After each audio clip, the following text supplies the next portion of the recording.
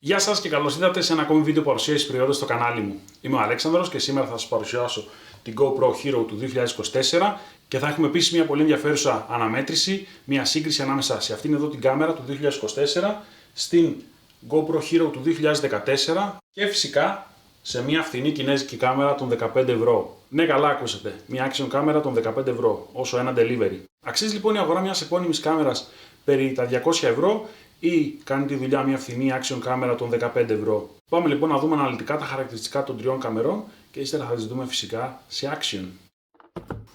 Λοιπόν, ας κάνουμε αρχικά το unboxing της Hero του 2024 και ύστερα θα κάνουμε τη σύγκριση.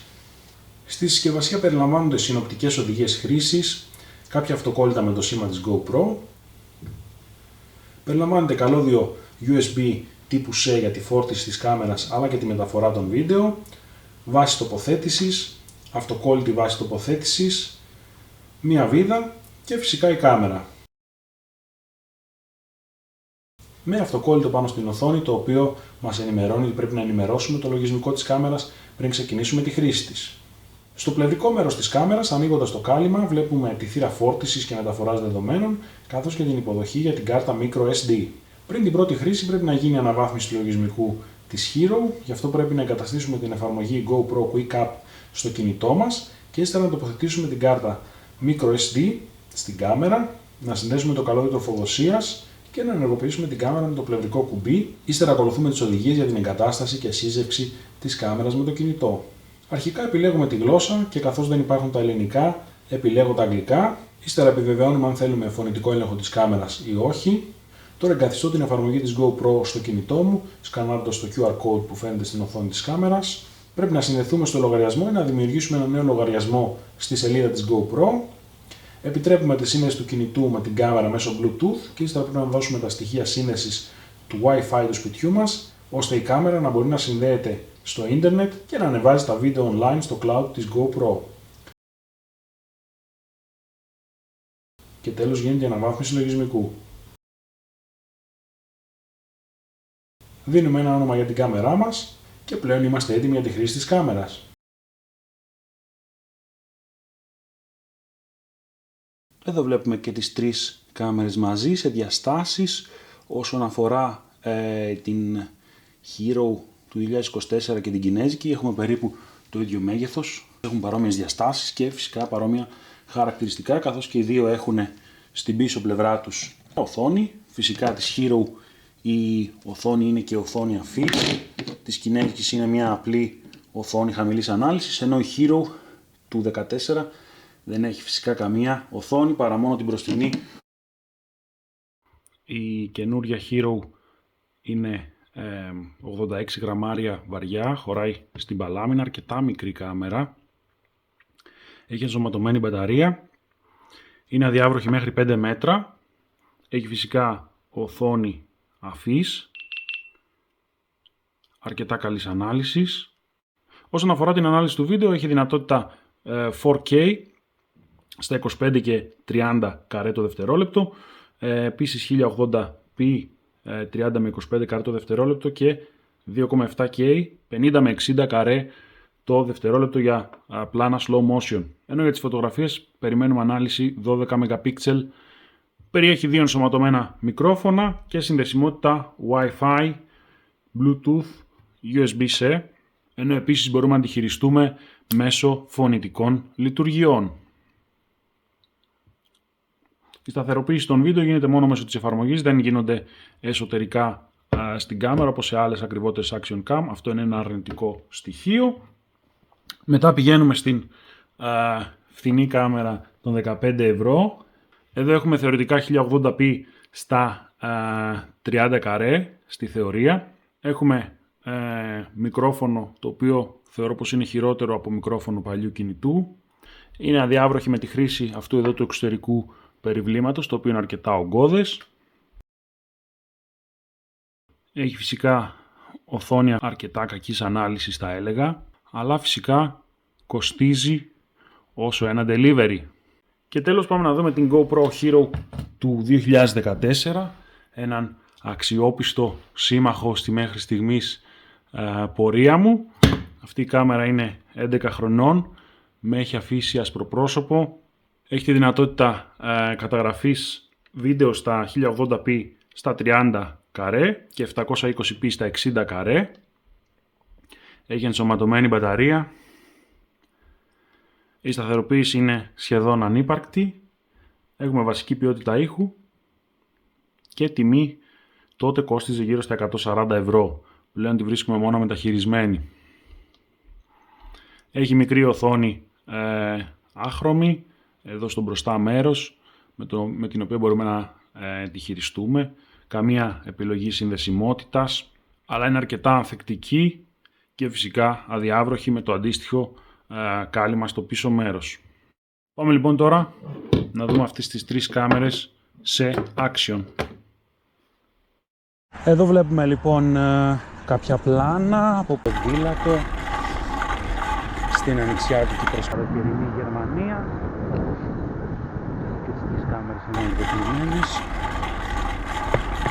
Έχουμε την Hero του 2024 στο στήθος με το τσέστι, με την βάση στήριξης τσέστι. Έχω επίσης την Hero την παλαιότερη στο ποδήλατο. Βέβαια αυτή έχει περισσότερους κραδασμούς καθώς είναι συνδεμένη πάνω στο πλαίσιο και όταν είμαστε σε ανώμαλο δόστρωμα είναι λίγο το πλάνο κινημένο. Έχει τους κραδασμούς από την κίνηση και τέλος έχω στο πάνω μέρος την κινέζικη των 15 ευρώ, την έχω στο κράνος μου και θα δούμε διάφορα πλάνα από την ποιότητα των τριών αυτών καμερών.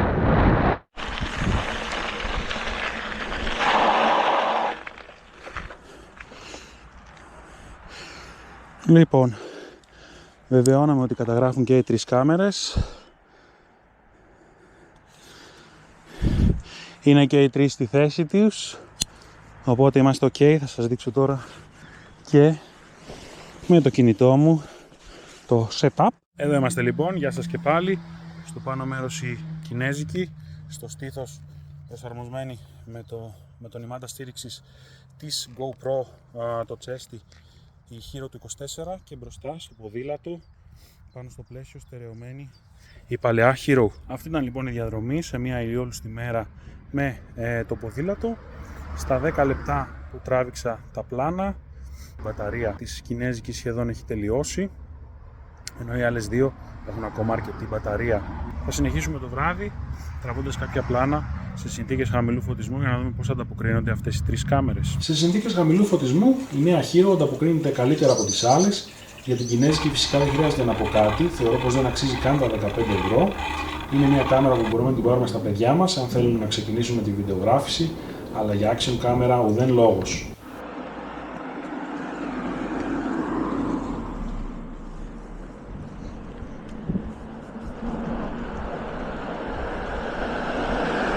Εδώ βλέπουμε κάποια πλάνα από την παλιά Hero. Η ποιότητα είναι μέτρια, αλλά για μια κάμερα δεκαετίας δεν μπορούμε να έχουμε και πολλές απαιτήσεις.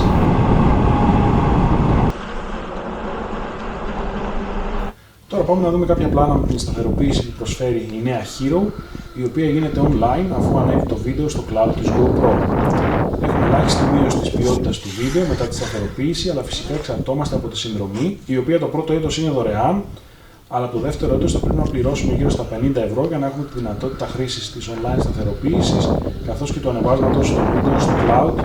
Αυτό είναι λοιπόν ένα έξτρα κόστος, το οποίο θα πρέπει να το λάβουμε υπόψη μας, καθώς τα ακριβότερα μοντέλα της GoPro έχουν δυνατότητα σταθεροποίησης μέσα στην κάμερα και δεν χρειαζόμαστε αυτή τη συνδρομή.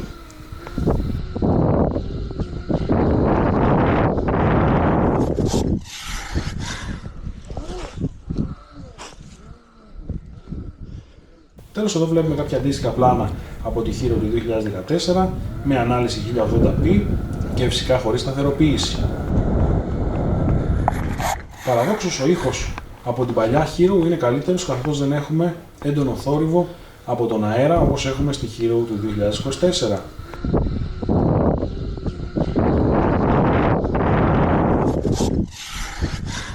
Σαν συμπέρασμα θεωρώ ότι η αναβάθμιση στην Hero του 2024 αξίζει. Έχουμε φυσικά πολύ καλύτερη ανάλυση βίντεο, καλύτερη ποιότητα ήχου και ποιότητα στις φωτογραφίες. Έχουμε διαφορετικές δυνατότητες συνδεσιμότητας, δεν χρειάζεται να αφαιρέσουμε την κάρτα από την κάμερα για να έχουμε πρόσβαση στα βίντεο.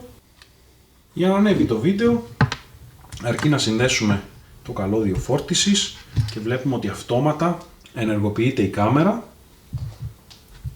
και ξεκινάει το ανέβασμα στο cloud της GoPro. Σε λίγο, μόλις ανέβει, θα έχω τη δυνατότητα να το επεξεργαστώ, να το σταθεροποιήσω και να το κατεβάσω φυσικά στο κινητό μου, στον υπολογιστή, σε οποιαδήποτε άλλη συσκευή επιθυμώ. Το ανέβασμα των βίντεο στο cloud της GoPro μας δίνει επίσης τη δυνατότητα ότι η GoPro δημιουργεί μέσω του GoPro Studio κάποια αυτόματα highlights της ημέρας, συνδυάζοντας αυτά τα βίντεο, προσθέτοντας μουσική και κάποια γραφικά στοιχεία, τα οποία μας βοηθούν να συνοψίσουμε τις δραστηριότητες της ημέρας και να κρατήσουμε αυτά τα βίντεο στη μνήμη μας. Με το μειονέκτημα φυσικά ότι πρέπει να πληρώσουμε τη συνδρομή από το δεύτερο έτος, εάν θέλουμε να κάνουμε χρήση των online υπηρεσιών όπως είναι η σταθεροποίηση και η αποθήκευση του βίντεο στο cloud. Αυτό ήταν λοιπόν για σήμερα. Εάν σας άρεσε το βίντεο, κάντε like και εγγραφή στο κανάλι μου για να μην χάνετε κανένα νέο βίντεο.